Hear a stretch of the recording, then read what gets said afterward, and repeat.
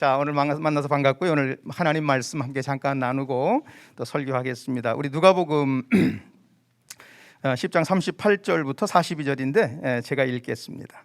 그들이 길 갈 때 예수께서 한 마을에 들어가심에 마르다라 이름하는 한 여자가 자기 집으로 영접하더라. 그에게 마리아라는 동생이 있어 주의 발치에 앉아 그의 말씀을 듣더니 마르다는 준비하는 일이 많아 마음이 분주한지라 예수께 나아가 이르되 주여 내 동생이 나 혼자 일하게 두는 것을 생각하지 아니하시나이까 그를 명하사 나를 도와주라 하소서. 주께서 대답하여 이르시되 마르다야 마르다야 내가 많은 일로 염려하고 근심하나 몇 가지만 하든지 혹은 한 가지만이라도 족하니라. 마리아는 이 좋은 편을 택하였으니 빼앗기지 아니하리라 하시니라. 아멘. 세상에 그리스도인이 많다고 하는 것은 이 세상으로는 대단한 축복입니다. 그리스도인이 많다는 것은 그만큼 그리스도를 통해서 영향받은 그리스도의 제자들과 그리스도의 사람들이 많다는 얘기이기 때문에, 그리고 그리스도로부터 영향받은 그 좋은 것들이 삶 속에서 시너지로 나타나기 때문에 우리 그리스도인들이 여러 분야 여러 곳곳에 삶의 자리에 포지셔닝 한다는 것은 이 세상으로부터는 대단히 큰 축복이다. 아멘이죠. 근데 요즘 몇 가지 뉴스 때문에 제 마음이 무거워요. 그리스도인이 많다는 것은 결코 좋은 일만은 아닌 것 같다는 생각이 듭니다. 그러나 여러분들은 그렇지 않으리라 믿고 여러분이 어느 곳에 있든지 여러분 때문에 여러분 주변에 여러분 곁에 가까이 손을 뻗으면 있을 만한 자리에 있는 누군가가 여러분 때문에 기쁨을 얻고 위로를 얻고 격려를 얻는 그런 여러분의 인생의 주인공들 되길 주의 이름으로 축복합니다. 오늘 설교 본문에는 예수님께서 이 마르다라고 하는 한 자매의 집에 그 예고도 없이 방문을 한 사실을 기록하고 있습니다. 마르다의 가정은 우리가 살고 있는 세상의 모형이에요. 그 좁은 집안에 몇 가족이 살고 있는 그 좁은 공간이 우리가 살고 있는 세상과 다를 바 없다는 것입니다. 그런데 환대를 받은 이 마르다의 집, 그 작은 공간에서 예수님은 매우 당혹스러운 일을 경험하셨어요. 외적인 원인으로는 동생 마리아가 눈치 없이 행동하는 것 때문에 언니 마르다가 화가 났어요.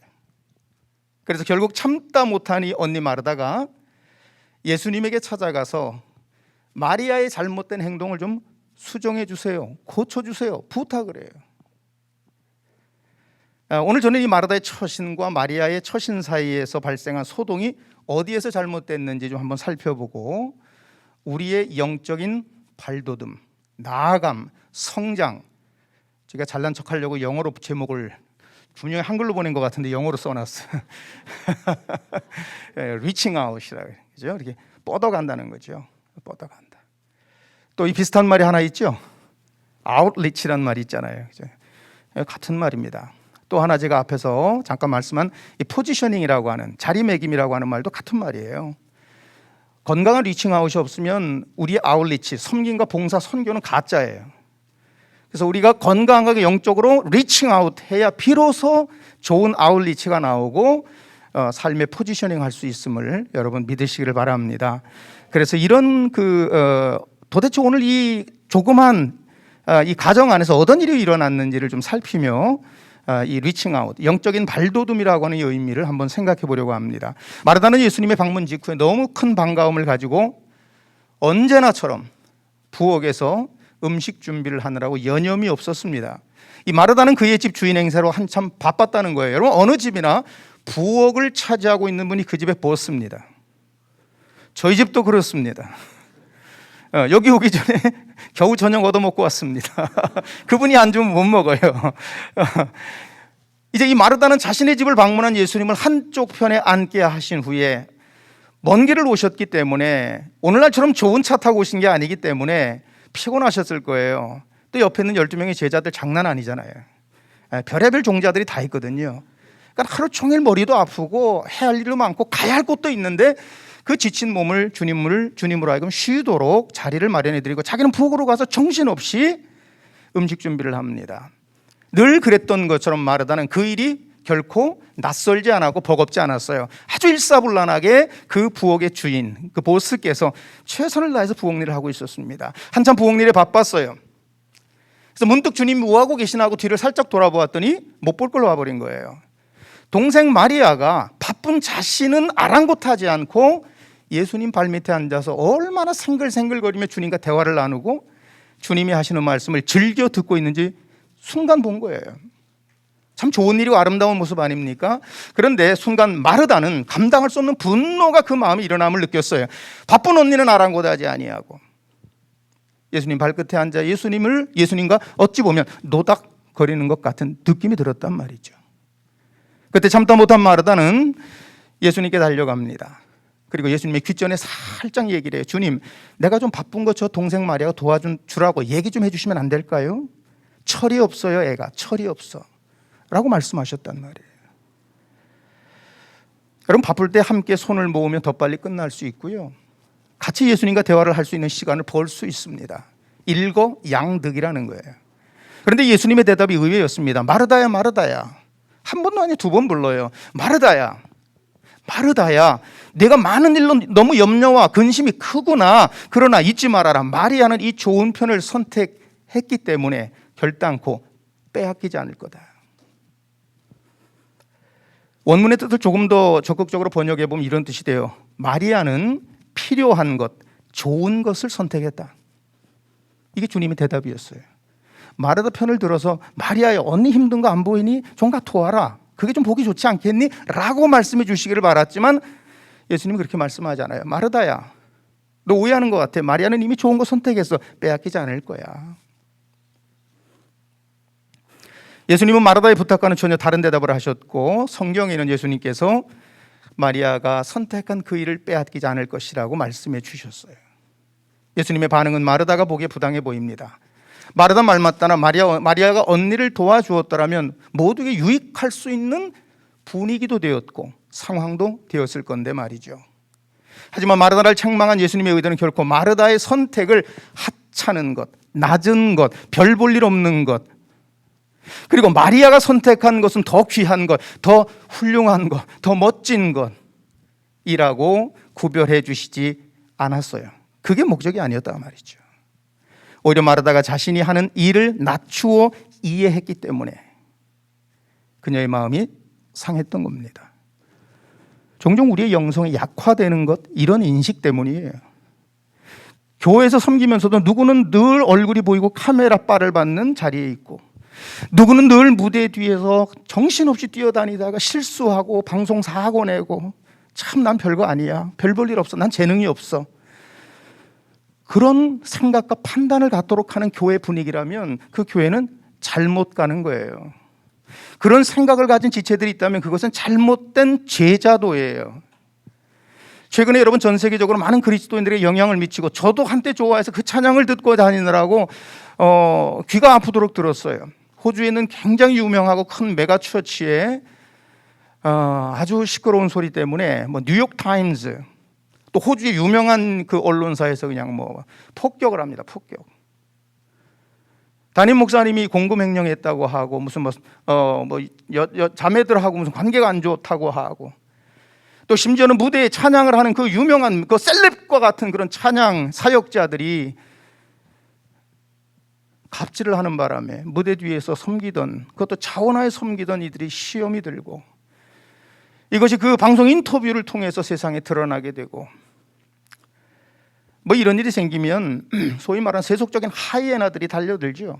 막 없는 것도 만들고 막 언론에 뿌리고, 그렇잖아도 주일마다 막 주일에 몇 번씩, 주말에 이 주중에 몇 번씩 모여서 수만 명이 모여 막 찬양하고 그냥 노래 부르고 난리를 치는 모습이 그렇잖아도 보기 싫었는데 언론에 대서특필이 돼 버렸어요.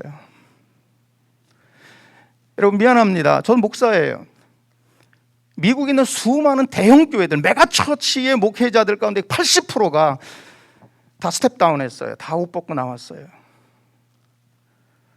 저는 한때 꿈이 10,000명의 성도를 목회하는 목사였습니다.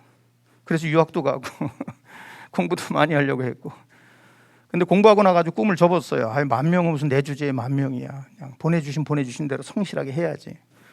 그래서 안양에서 조그만 교회에서 목회 10년째 하고 있습니다. 근데 한 번도 기빨린 적이 없고요, 기죽은 적 없습니다. 주님은 여의도 순복음교회나 사랑의 교회나 우리 복세교회나 우리 세움교회나 주님 앞에 선 모두를 소중히 여기는 줄로 믿습니다. 여러분, 이런 일련의 사태는 보이지 않는 하나님을 예배하는 일이 얼마나 어려운지를 단적으로 보여주는 거예요. 성경에도 있잖아요. 보이는 형제도 사랑하지 못하는데 보이지 않는 하나님을 어떻게 섬기며 예배할 것이냐는 거예요. 우리의 예배가 보이지 않는 하나님을 예배하는 우리가 정말 진정한 예배자가 되어야 한다는 거예요. 보이지 않는 하나님을 예배하다 보니까 자꾸만 보이는 것에 시선이 끌립니다. 뭔가 무대에 서서 조명빨 받고 카메라빨 받으면서 뭔가 하면 좋은 일이고 훌륭한 일이고 주님의 일 같은데, 보이지 않는 무대 뒤에서 백스테이지에서 뭔가 하면, 부엌에서 뭔가 하면, 남들 예배 드리겠다고 올라가고 양복에 좋은 옷을 입고 왔는데 누구는 마대걸레 들고 계단 닦고 예배실 청소하는 거 하찮아 보일 수 있단 말이에요. 오늘 마르다가 바로 그런 인식에 그만 빠져버리고 마른 거예요. 나는 부엌에서 물 튀기고 말이죠, 막 냄새 나고. 근데 마리아는 예수님 발밑에서 말이죠, 희희낙낙하고. 이 마음에 하나님의 영이 떠나고 성령이 떠나고 나니까 자기가 하는 일이 하찮아 보였다는 거예요. 주님이 그걸 교정해 준 겁니다. 내가 하는 일 낮은 거 아니야, 내가 내 일을 낮게 본 거야 라고 말씀해 주셨다는 거예요. 여러분, 교만은요, 성경에서 강조하는 가장 무서운, 죄까지는 아니라 할지라도 죄로 가는 이 고속도로예요. 교만한 마음이 자라는 것은. 그래서 우리 마음 가운데 교만한 마음이 자라는 것을 철저하게 차단해야 합니다. 그래서 묵상하고, 그래서 기도하고, 우리의 영성을 자꾸만 강화시켜야 하는 거예요. 여러분, 잠언서 16장 18절에 말씀하잖아요. 하나님의 이름보다 나를 더 높이려는 교만, 그 교만이 실패의 우두머리랍니다. 실패의 우두머리래요. 독일의 목사님이시고 참 오래전의 목사님이지만 제가 참 좋아하는, 그분의 책을 참 좋아했는데, 이 할무트 텔리케라는 목사님이 있었어요. 이분이 그런 말씀을 그의 책에 남겼어요. 교만한 마음은 성찰을 빼앗아가요. 성찰, 바르게 생각하고 판단하는 것을 도적질해갑니다. 그 교만이. 그리고 우리를 자만으로 꿰어서 하나님의 존재, 하나님의 사역을 시시하게 만든다는 거예요. 이것이 우리가 영적으로 도약하고 리칭아웃하는 것을 방해하는 대단히 무서운 죄악입니다. 뿐만 아니라 우리가 잘 아는 카톨릭 사제였던 헨리 나우이는 말해요. 예수님의 고난과 죽으심을 통해 우리는 영적인 삶에는 샛길이 없다는 것을 알게 된다는 거예요. 샛길, 지름길이 없다고요. 여러분, 오늘 찬양하면서 예수님의 보혈 찬양하는 너무 좋았어요. 제가 보혈 찬양을 너무 좋아하는데, 보혈 찬양 너무 좋았어요. 여러분, 그 보혈, 붉은 피, 요즘은 뭐 워낙 이 포토샵이나 이런 게 너무 뛰어나가지고 예수님의 피가 너무 아름답게 보여. 그 붉은색이 말이죠, 아주 아름다운 붉은색으로 보여요. 근데 여러분, 교통사고가 났다거나 누가 피를 흘리는 자리 가본 적 있어요? 누가 피 흘리며 죽어가는 자리 본 적 있습니까? 저는 많이 봤어요. 못 봐요. 피비린내가 얼마나 역겹게 하는지 몰라요. 여러분, 죽은 시신과 한 일주일 넘게 같이 지내본 적 있습니까? 위층에 있는 한 분이 혼자 살다가 더운 겨울에 이 히팅, 뜨겁게 이제 집을 해놓고는 쓰러져가지고 죽었는데 일주일이 넘도록 모른 거예요. 아무도 모른 거야. 이상하게 냄새가 나는데 너무 역겨운 냄새가 일주일 내내 납니다. 그래서 아파트 관리소에 가가지고 위층 아무도 이상하다, 뭔 일 있는 것 같다, 빨리 확인해봐라. 그러고 아침에 이야기하고 저녁에 가서 물어봤어요. 무슨 일 있지? 그랬더니 아니, 시침이 똑 되는 거예요. 솔직히 얘기해, 내가 목사야. 나 수많은 장례식을 집례해 본 사람이야. 그랬더니 그제서 곧 실토를 하는 거예요. 일주일 전에 쓰러져 죽었다는 거예요. 시신이 완전히 부패가 돼가지고 그냥 엉망이 돼버린 거예요. 여러분, 예수님의 보혈이 그냥 우리가 보는 그 아름답고 말이죠, 뭔가 종교적인 상징 같고 아니에요. 끔찍한 일이고요. 무서운 일입니다. 주님은 우리에게 더 나은 자리를 위하여 당신이 그렇게 가지 않으면 안 된다는 사실을 아셨던 거예요.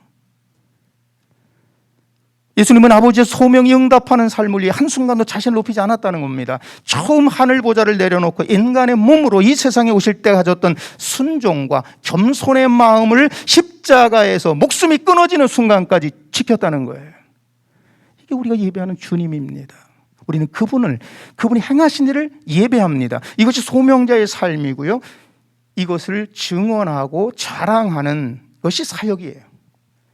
우리는 그분이 십자가에서 뿜어내신 순종의 향기를 마시며 그것으로 우리의 영혼을 채워야 합니다. 우리는 주님의 십자가 순종으로 기도의 힘을 얻어야 하고 섬김의 기쁨을 경험해야 해요. 그리고 우리를 처음 부르신 부름에 변함없이 응답하기 위하여 묵상하고 예배합니다. 어느 정도 성취했다고 우리의 소명과 사명이 끝나는 게 아니에요. 때때로 우리는 그럴 때가 있으면 이만하면 됐어. 나 진짜 최선 다했어. 종종 그래요. 우리 정 목사님 말한 것처럼 이제 노년의 목사가 되다 보니 참 불편해하네 이 얘기. 주일날 예배 끝나고 집에 오면요 나른한 게 아무것도 하기 싫어요. 아무것도 하기 싫어. 그래서 오늘도 예배 끝나고 가서 같이 우리 아이들하고 밥을 먹다가 놀면 뭐하니 그거 보다 왔어. 아 재밌어, 짱 재밌어. 아 진짜 재밌어. 정말 너무 힘든 거 있죠. 그래서 그날 밤은 코를 골아요 제가. 집사람이 그래요. 저희 사모님이 어젯밤은 진지하게 내가 고민했어. 뭘? 내가 당신하고 얼마까지 한 침대에서 잠을 자야 할지 심각하게 고민해서 이 얘기를 하는 거예요. 근데 이 이야기를 한두 번 한 게 아니에요. 내가 들은 것만 해도 10번이 넘어. 이게 어디까지 가야 임계점이 될지 지금 아주 두렵습니다. 여러분 때때로 우리가 그래요. 나 오늘 할 만큼 했어. 나 쉬어야 돼. 그만해야지. 이런 마음을 너무 자주 가져요. 그런데 그 소리가 악마의 음성이라는 것을 우리 잊지 말아야 합니다. 됐어. 너 수고해서 그만해. 이제 됐어. 남자 다 누구 봐봐 누구. 맨날 놀잖아. 그 음성이 우리에게 들려주는 악마의 음성입니다. 바로 그런 지극히 인간적인 욕망이 우리 내면에서 꿈틀거릴 때 우리는 더 이상 영적인 발돋움을 못해요. 중단하고 맙니다. 그리고 아담 이후에 우리의 영혼 깊은 곳에 숨어있던 교만과 자만심으로 자존심과 열등감을 뿜어내기 시작합니다. 다시 본문으로 가보면 오늘 38절에 마르다라 이름하는 한 여자가 자기 집으로 예수님 일행을 영접했다. 영접했다. 여러분 영접이라는 말은 오늘날 우리가 흔히 알아요. 오다 보니까 큰 병원이 하나 있더라고요. 지샘병원. 병원을 영어로 하스피털이라고 그러죠. 근데 그 하스피털이란 말이 원래 병원이란 말이 아니라 쉬고 영접받는 곳이에요. 하스피탈리티예요. 그런데 요즘 병원에 가면은 사람 취급을 못 받아요. 코로나 환자들이 너무 많다 보니까. 영접했더라. 주님을 하스피탈리티 했다는 거예요. 최선을 다하여 주님을 맞이했어요. 그래서 이 마리아가 예수님을 영접한 이것을 유추해 보면 마르다한테는 흡족한 마음으로 예수님의 일행을 맞아들였다는 거예요. 아마 예수님과 제자들도 마르다의 집에 가면 이 하룻밤이든 며칠이든 환대받을 줄 알고 가셨단 말이에요. 그 집에 가면 늘 편안해 라는 생각이 주님에게도 있었던 것 같아요. 그러니까 예고도 없이 방문하셨던 겁니다. 예수님 혼자 오셨나요? 12명의 제자들까지 함께 왔다고요. 여자가 혼자 가장 노릇을 하고 있는 그 집이 넉넉했을까요? 그렇지 않았을 거예요. 그런데 13명이나 되는 불청객에 가까운 손님을 기꺼이 마르다는 맞이해 주었습니다. 그래서 마음이 분주했어요. 마리아를 보기 전까지는 행복했다고요. 내가 옳은 일을 하고 있지. 그런데 마리아를 보는 순간 마음이 달라져 버렸어요. 여러분 여기까지 마르다는 귀한 일을 했습니다. 때문에 예수님은 쉼과 함께 제자들을 가르치는 시간을 가지셨을 거예요. 그때 마리아도 제자들 틈에 끼어앉아 대화에 참여했어요. 아무 문제 없어요. 여기까지는. 문제는 다음입니다. 마르다는 많은 손님들의 음식을 혼자 준비하느라 마음이 바빴을 것이고 덩달아 몸도 지쳐가고 있었다는 겁니다. 그러다가 하나밖에 없는 여동생을 보니 화가 치밀어 올랐어요. 자신의 일이 별것 아닌 것처럼 느껴지는 순간 동생이 미워졌습니다. 예수님은 부당한 자리에 그 중심에 계신다고 생각했고 마리아에게 야, 나 좀 도와줘가 아니라 예수님에게 찾아가서 왜 이런 시간, 이런 환경을 제공하셨어요? 그 얘기를 한 거예요. 주님, 마리아에게 말씀하셔서 좀 나를 도와주라고 말해주세요. 이거는 마리아를 얘기한 게 아니라 주님에게 불만이 있었다는 거 아닙니까? 그래서 오늘 마르다가 예수님께 했던 말에는 세 가지 의도가 있다고 봅니다. 첫째는 마르다도 예수님께 주목받고 싶었던 거예요. 우리처럼. 그래서 40절에 보니까 주여 내 동생이 나 혼자 일하는 거 그거 아무 생각 안 드십니까? 라고 물었던 거예요. 또 하나는요. 마르다는 언니로서 바쁜 자신을 위하여 동생을 좌지우지하고 싶었던 거예요. 여러분, 사역하다 보면 그런 경험이 있어요.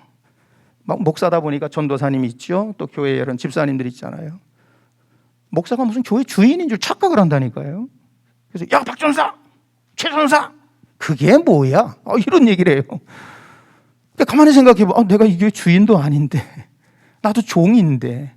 이분들은 집사 권사지만 나는 종이거든요. 주의 종. 주의 종. 아주 높여 부른다고 주의 종이라고 불러주는데 결국은 종이라 종. 그런데 주인인 척을 하는 거예요. 오늘 마르다가 마치 그와 같은 모습으로 마리아를 좌지우지하고 싶었던 거예요. 또 하나는 마리아의 잘못을 지적한 마르다의 의도는 예수님을 이용하여 자기 뜻을 관철해보고 싶었던 거예요. 누구를 이용하여 자기의 뜻을 관철하려고 했다는 거예요. 대단히 잘못된 의도입니다. 오늘 40절에 보니까 이 마르다가 이렇게 달라지고 마음이 바뀐 이유가 나와요. 40절에 보니까 마르다가 분주한지라 이렇게 성경이 기록합니다. 이 분주하다는 말의 원문의 의미는 끌려다니다는 뜻이에요. 끌려다니다. 내가 일을 잡는 게 아니라 일이 나를 잡아가지고 나를 끌고 다닌다는 얘기예요. 여러분, 집사라는 말의 그 집자가 잡을 집자예요. 내가 주님에게 잡혀서 주님의 일을 하는 거예요. 일이 나를 잡아서 일을 하다 보면 그 집사님도 지치고 실패하고요. 함께 여기 사역하는 여러분들도 일이 나를 잡으면 안 돼요. 내가 주님의 이름으로 그 일을 붙들어야 해요. 마르다는 결국 이런 마음 때문에 마음에 시험이 들었다는 것입니다. 이제 41절에서 예수님께서 이렇게 반응하세요. 마르다야, 마르다야, 내가 많은 일로 염려하고 근심하는구나. 이 염려하다는 말은 성경 굉장히 자주 등장합니다. 염려하지 말아라, 근심하지 마라, 아주 자주 등장해요. 이 염려하다라고 하는 말은 동사로 메림나스라는 말인데 이 말은 원래 의미가 뭐냐 하면 찢어놓다, 갈라놓다는 뜻입니다. 우리 마음이 갈라져요. 생각과 의식이 찢어져 버려요. 분리돼 버려요. 그러다 보니까 집중력을 떨어뜨려요. 그래서 이 단어는 집중력을 떨어뜨린다는 것과 관련이 있습니다. 영어에 distraction이라는 말이 있어요. 흩어놓다라고. 근데 반대말이 있어요. 누구를 보면 확 끌려가는 거예요. 왜 끌려가요? 다리 꼬지 마. 악뮤가 불렀던 노래 생각납니까? 매력 있어. 뭐 치킨보다도 더 매력이 있어. 이게 attraction이라잖아요. 확 땡기는 거예요. 초집중하게 만드는 거예요. 그런데 이 메림나스라고 하는 말은 distraction이에요. 흩어놓고 갈라놓고 찢어놓는 거예요. 내가 주님을 위해 봉사하고 주님을 위해서 사역을 한다는 이 마음이 어느 순간에 distract 돼버린 거예요. 메림나스가 돼버린 거예요. 다 갈라져 찢어져 버리고 내가 오늘 왜 여기 있지, 내가 뭘 하고 있지 다 잊어버렸다는 겁니다. 예수님은 마르다가 지금 자신을 비롯해서 손님 대접을 위해 수고하고 있음을 충분히 알고 계셨어요. 그러나 예수님은 그것으로 마르다에 대한 말씀을 다 한 게 아니에요. 염려하고 마음이 불안해 있다고 지적까지 해주셨단 말이에요. 사랑하는 여러분, 마르다의 이런 경험은 마르다만의 경험이 아닙니다. 우리 또한 자주 경험하는 것임을 잊지 말아야 합니다. 오늘 이 본문은요, 마르다 얘기 아니에요. 우리 얘기예요. 우리. 2000년 동안 우리에게 이 말씀을 들려주려고 이 말씀이 성경 안에서 기다리고 있었다고요.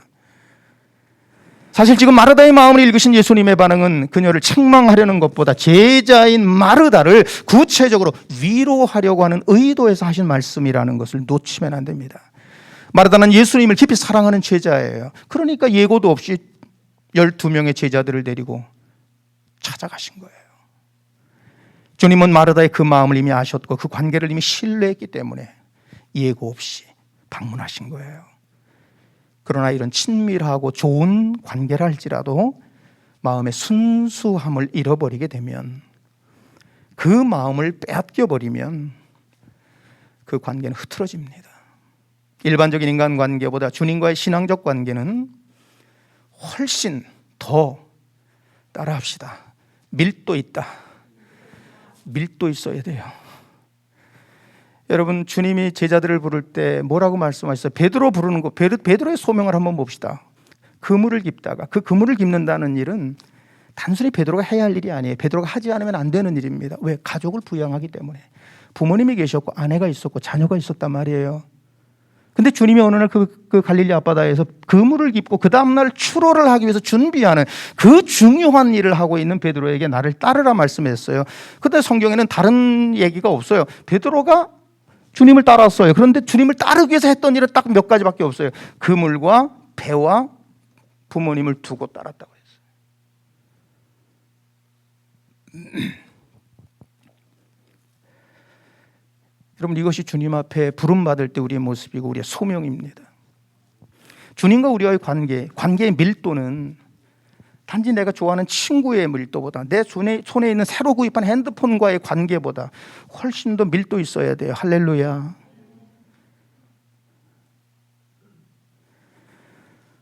악마는 바로 이 마음, 삶과 시간까지 모두 헌신하는 초집중의 밀도 있는 이 관계를 흔들어서 우리의 마음을 주님으로부터 떼어놓는 게 사명입니다. 사명이에요. 그때 우리는 비신앙적 상태에 떨어지게 되고 우리의 영적인 메마름은 대단히 위험한 상황에 직면하게 됩니다. 바로 그때 주님의 일을 한다고 하면서 염려와 짜증이 우리 안에 가득해지게 되는 거예요. 마르다와 같이. 그래서 마르다는 처음 가졌던 그 마음을 잃어버렸고, 그러다가 그의 우선순위, 주님을 대접해야지, 기뻐, 행복해, 오늘은 최고의 날이야 라는 그 우선순위가 뒤집어져 버린 거예요. 불안한 마음, 염려하는 마음, 질투하는 마음으로 가득 차버린 거예요. 그래서 마르다의 마음은 이렇게 바뀌었습니다. 나도 주목받고 싶어요. 예수님이 그걸 눈치챘다는 거예요. 그래서 내가 너무 염려하고 근심하고 있구나. 이 말은 뭐냐 하면 내가 내 수고를 알아. 내가 나를 대접하고 사랑하는 마음을 알아. 염려하지만 내가 하는 일은 하찮은 허드렛 일이 아니야. 최고야 라는 말씀을 해주고 싶었던 거예요. 여러분, 주님 사역하다가, 주님께 예배하다가, 봉사하다가, 섬기다가 때로 힘겨운 마음이 들 때마다 내가 불안하고 염려하고 있구나, 마르다에게 들려준 음성이 여러분에게 들려지기를 축복합니다. 주님이 바로 그 말씀 속에 내가 나를 사랑하는 건 내가 알아. 너 정말 수고하는 거 알아. 그래서 내가 내 곁에 항상 있는 거야. 내가 늘 너를 따라다니는 거야. 내가 늘 내 앞에서 인도하는 거야. 너 수고 많아. 염려하지 마. 마태복음 4장 38절에서 오늘 이야기와 전혀 다른 상황이지만 제자들의 영적인 발돋움에 실패한 사건을 기록하고 있습니다. 예수님이 하루 사역을 마치고 제자들과 함께 갈릴리 호수를 건너고 계셨어요. 배를 타고. 주님 피곤하셨어요. 언제나 그러셨던 것처럼. 좋은 비타민이라도 있었으면 드릴 텐데. 그러니까 제자들 배에 태우고 주님은 뱃머리에 가서 주무셨는데요. 머리를 대자마자 아마 코를 고셨을 거예요. 근데 제자들은 하루 종일 주님과 함께 지낸 일이 너무 좋은 거야. 오늘 말이야. 봤어 그때? 주님이 기도하니까 그냥 아픈 사람이 나와버리잖아. 나도 그랬으면 좋겠어. 이런 대화꽃이 피어가지고 막 신나게 대화하고 있었어. 피곤한 줄 모르고. 근데 갑자기 바람이 불더니 파도가 있는데요. 감당할 수가 없는 거예요. 너무 무시무시한 거예요. 가끔 겪었지만 그날은 유난히 파도가 무섭게 치는 거예요. 이렇게도 해보고 저렇게도 해보고 도저히 감당할 수가 없다 보니까 그때 주님을 바라보니 주님은 주무시고 계신데 제자들의 마음에 화가 난 거예요. 우리는 이렇게 고생하는데. 그래서 베드로가 말하잖아요. 우리를 돌아보지 않습니까? 무슨 얘기예요? 우리 왜 신경 안 써주세요? 불평한 거예요. 그때 주님께서 일어나셔서 바람과 파도를 잔잔하게 하시고 제자들에게 딱 한마디 해요. 왜 무서워하니? 너희가 어찌 믿음이 없냐? 이 말씀을 하셨어요. 여러분, 이 말씀 안에는 걱정하지 말아라. 내가 너희들 잊은 줄 아니? 나 안 잊었어. 이 말씀을 하시는 거예요. 여러분, 바로 이 사실이 오늘 이 마르다가 놓친 부분이라는 것입니다. 또 한 가지, 마르다는 마리아의 자유로운 선택을 통제하고 싶었어요. 여기 주님께서 말씀하신 것처럼 마리아는 좋은 것을 선택했다. 그러므로 빼앗기지 않을 것이다 라고 하는 이 말씀이 마르다의 마음을 분노하게 했겠지만 이 마르다의 본심이 담겨 있는 겁니다. 여러분, 이 말을 주목하세요. 너는 그것이 내가 동생에게 이 좋은 일을 하도록 배려했기 때문에 마리아가 지금 나와 함께 있을 수 있었던 거야. 부엌에 없다고 화내는 거 옳지 않다. 마리아를 그곳을 끌어들여서는 안 된다. 너는 오히려 마리아가 여기 앉아 내 말을 듣고 있는 것을 기뻐해야 된다. 동의가 됩니까? 내가 뒤에서 말이야 그 믹싱기 올렸다 내렸다 하고 말이지만 정신없이 뛰어다니고 근데 앞에서 손들고 찬양하고 기타 치며 스포트라이트 받고 많은 성도들이 그를 바라보며 찬양을 하며 은혜를 받고 있어. 도대체 나 뭐 하는 거야? 젠장. 여러분, 항상 이 20대 사역자의 마음은 지금은 만족하지 않지만 언젠가 내가 더 멋지고 더 귀한 일을 위해서 할 거야 라는 그런 마음이 있어요. 저도 그랬거든요. 그게 당연한 거잖아요. 옳은 거잖아요. 그런데 그 일이 무엇을 위하여, 무엇 때문에 라는 생각은 놓치면 안 된다는 겁니다. 오늘 마르다가 마리아를 보고 화를 내서는 안 된다는 것을 주님이 말씀하시는데, 마르다가 부엌에 있었기 때문에 마리아는 예수님과 좋은 시간을 가질 수 있었다는 거예요. 이것이 바로 그리스도인의 포지셔닝입니다. 나 때문에 누군가가 더 좋은 자리에 있다는 거예요. 나는 어떤 면에서 보면 그에게 그 좋은 자리를 선물로 준 거예요. 할렐루야. 이게 리칭아웃이에요. 이게 영성입니다. 왜 그리스도는 세상에서 자기가 다 하려고 하지요? 왜 그리스도는 세상에 나가면 자기가 무조건 리더해야 된다고 말하죠? 그래서 판을 깨는 일이 얼마나 많은지 몰라요. 여러분, 그리스도인들은 그리스도인 표가 나면 안 됩니다. 세상 속에 우리는 교회를 두 가지 신학교에서 배우잖아요. 그죠? 두 가지 교회가 있잖아요. 하나는 visible church와 invisible church가 있어요. 보이지 않는 교회가 진짜 교회예요. 우리가 세상 나가 섞여 있으면은 뭐 예수 믿는 사람은 뭐 여기다가 뭐 십자가를 꽂고 다닙니까? 뭐 여기다 이걸 걸고 다닙니까? 요즘 별로 없죠. 아주 좋은 현상이에요. 8, 90년대에는요 십자가 이 목걸이 달고 그것을 보이고 다니는 게 자랑이었는데 요즘 없어. 아주 다행이야. 나 예수 믿거든. 차에다가 십자가 걸고 다녀. 그러니까 그 불교 신자가 화가 나가지고 이만한 그 뭐예요? 그거 걸고 다니잖아. 그거 되게 흉한데. 그리고 사고 나면 아마 삿대질하고 난리를 치는데 진짜 꼴불견이야. 꼴불견. 차라리 안 하고 싸우든지, 차라리 십자가 안 걸고, 제가 빌미를 제공했는데 미안합니다. 우리 보험 처리합시다. 제가 다 해드릴게요. 라고 한다면. 여러분 그런 경험 있습니까? 저는 코스코를 이제 일주일에 한 번씩 가요. 교회 이제 그 부식을 사러. 한 번은 큰일 날 뻔한 적이 있었습니다. 열심히 밑에 내려가서 이제 새벽에 사람 오기 전에 이제 얼른 장 봐가지고 나오려고 분주하게 뛰어다니는데 방송이 나오는 거예요. 뭐 경기 뭐 몇 번 차주는 빨리 뭐 차가 세워져 있는 곳으로 오라는 거예요. 가만히 듣다 보니까 내 차 번호예요. 뛰어 올라갔다 했더니 어떤 아주머니가, 아주 멋진 강남 아주머니가 아우디 앞에 서 있는 거야. 근데 하얀 그 소나타 차가 그 아우디를 이렇게 탁 이렇게 붙어 있어. 이렇게. 그 아우디의 앞범퍼와 내 뒷범퍼가 붙어 있는 거예요. 그래서 이게 뭐지? 그때 이 아주머니가 눈이 빨갛게 가지고 막 이미 올라가 있는 거예요. 차를 이렇게 세우면 어떡해요? 제가 차를 어떻게 세우다니요? 제대로 세웠잖아요. 보니까 그 주차 라인보다 이렇게 좀 삐뚤어져서 이렇게 그 차를 이렇게 받고 있는 거예요. 전혀 몰랐어요. 눈치채지 못했어요. 급한 마음에 차에서 내려서 바로 아래층으로 내려가가지고 몰랐던 거예요. 제가 차를 잘못된 거예요. 본 순간 어떻게 해요? 뭐 잘못했잖아요. 미안하다고, 그냥 잘못했다고, 보험으로 다 해드리겠다고. 근데 차를 쓱 빼더라고. 그랬더니 쓱쓱쓱 만져봐요. 응? 상처는 안 났네요. 그래도 제가 한번 견적 받아볼래요. 뭐 이러면서 막 말을 쏴대는 거예요. 그런 명함을 한 장 꺼내줬어요. 그래서 명함을 가져갔어요. 그날 이상하게 꺼내줬더니 탁, 목사님이세요? 네. 저도 날라리긴 한데 신자예요. 날라리긴 한데 신자라는 얘기를 하면서 별로 상처 안 났네. 가세요. 명함을 들고 가더라고. 안 주고. 그래서 언젠가 전화 오겠지 하고 한 달, 두 달, 세 달. 이게 그 당시만 해도요. 한 15년, 10년 전이니까 이게 아우디 사고 나면 엄청 비싸다는 걸 알고 있었어요. 아직까지 연락이 안 왔어요. 감사했어요. 저를 딱 보고는 목사라고 안 써 있으니까 목사인 줄 몰라서 명함을 받고는 목사인 줄 안 거야. 저도 날라리지만 신자예요. 해결됐어요. 여러분, 그날 이후로 많은 생각을 해보았습니다. 여러분 때문에 행복한 사람들이 많아야 해요. 우린 그래서 부름을 받았어요. 내가 높아지고 내가 더 뭐 멋진 차, 멋진 양복, 뭐 멋진 걸 가지고 많은 사람들 앞에서 뭐 어쩌우쭈쭈 하는 것을 통해서 그들을 행복하게 해주는 게 아니라 귀하고 아름다운 일을 하지만 우리를 통해서 은혜를 사모하는 많은 사람들이 오히려 나 때문에 은혜를 받고 주님과 연결되고 주님과의 아주 밀도 있는 관계를 형성하게 된다면 나는 주님의 부름에 100% 사역한 거예요. 오늘 마르다에게 주님이 원하셨던 게 그것이고, 마르다야 너 덕분에 마리아가 나와 함께 있는 거야. 너는 마리아에게 좋은 자리를 선물로 준 거야. 주님이 오늘 이 말씀을 하신 거예요. 사랑하는 여러분, 예수님께서 마르다에게 보이신 반응은 마르다를 책망하기 위한 목적이 아니었어요. 오히려 예수님은 마르다의 역할과 마리아의 선택을 공히 인정해 주셨어요. 질투하지 말아라, 염려하지 마라. 내가 하는 일 낮은 거 아니야, 천한 일 아니야. 분명히 말씀하신 거예요. 마리아는 부엌보다는 예수님과 대화하는 게 더 좋았을 것이고, 마르다는 집안의 주인으로 대접하는 게 우선이라고 생각했을 겁니다. 이것이 처음에 가장 평화로웠던 아름다운 장면을, 환경을 만들었던 거예요.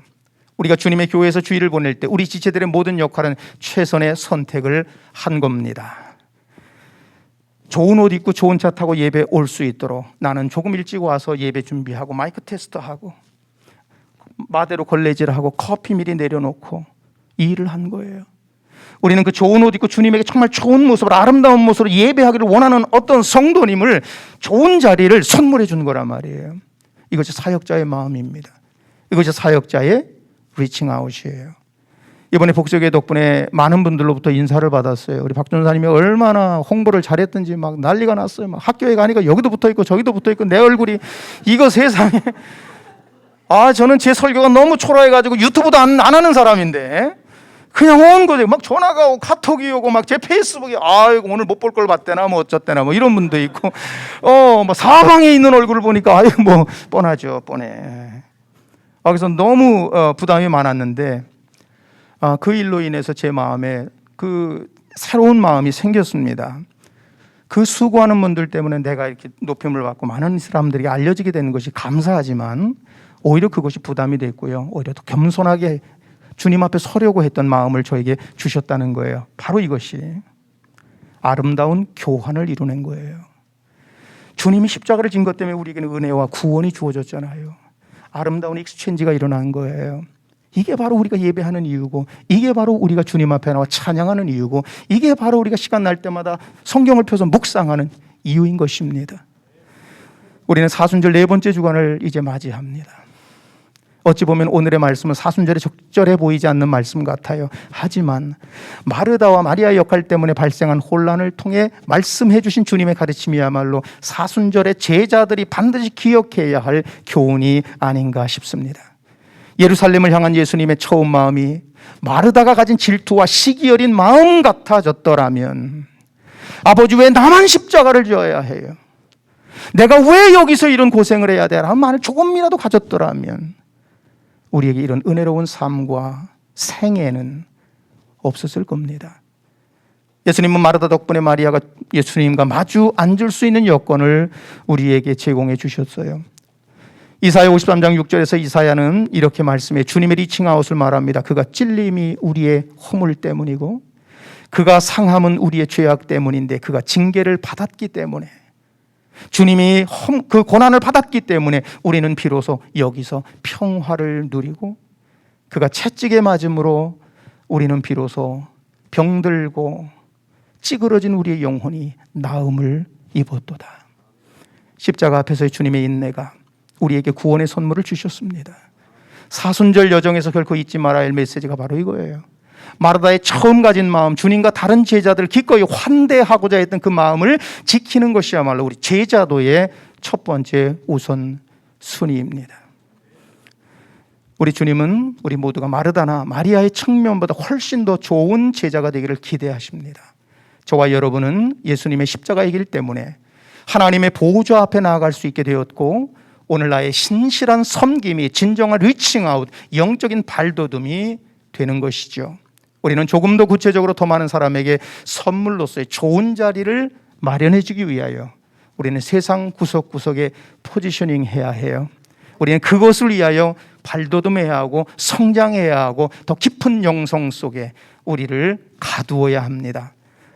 홀리니스 워십이라는 이 사역이 그리스도의 사랑과 영광을 전하는 아웃리치의 역할 또한 감당할 수 있기를 축복합니다.